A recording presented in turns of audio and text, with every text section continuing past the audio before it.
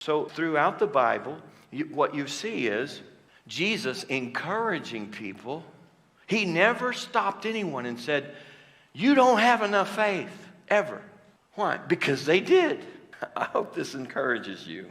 Peter walked on the water. You remember that story? So Jesus is walking on the water, and the disciples are in the boat. They had left early, and Jesus is walking out there, and they saw him, and first they were afraid. And then Peter said, Lord, if it's you, tell me to come. Man, that's a loaded question, isn't it? Now, if Jesus had been reasonable like most people, he would have said, now, Peter, this is not going to end well. It is me. But just stay in the boat. Go to Life Bible College and take some online courses. Start practicing a little bit. You're just not quite ready to just full on walk on water. And I don't want you to drown. Did Jesus say that? No.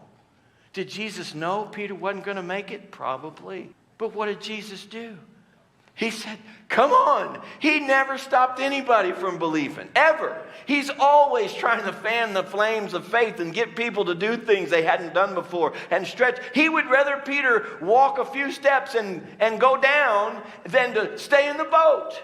He knew he was going to help him and he was going to reach him. He was going to not let him drown. But he wanted him to get out there and try it. And he wants us to do the same thing.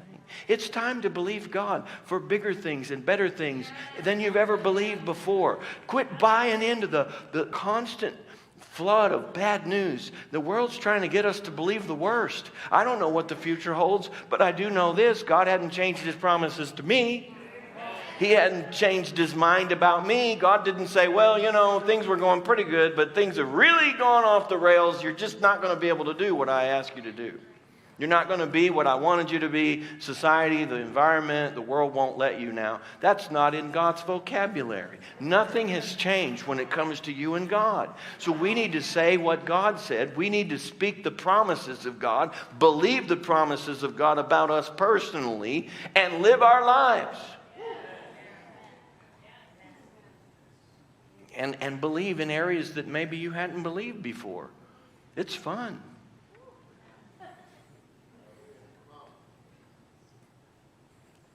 Mark chapter 11, verse 12. Look at this.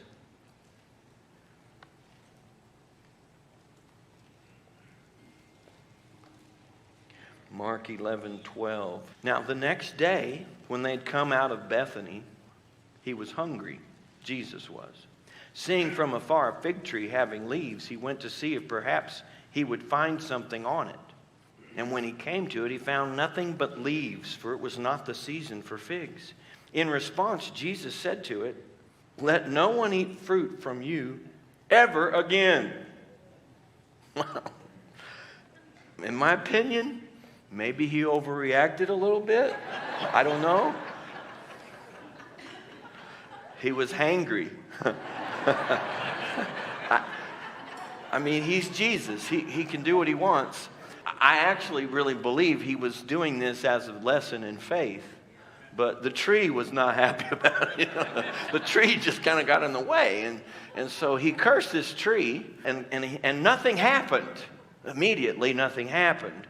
And so if you go on down now to, let's see where we would, in verse 20.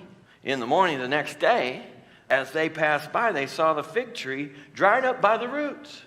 That's pretty powerful, isn't it? And Peter, remembering, said to him, Rabbi, look, the fig tree which you cursed has withered away. They thought, man, that is pretty cool. Look what Jesus did. We knew he was the Messiah. And he could have fed right into that. He could have said, I told you guys I was God. You better believe me when I talk, or you're next. Don't try this at home. This is way beyond you guys, but I'm just telling you, you better pay attention to me. He didn't do that at all. He did just the opposite. Not only just the opposite, he did the opposite and then he raised it.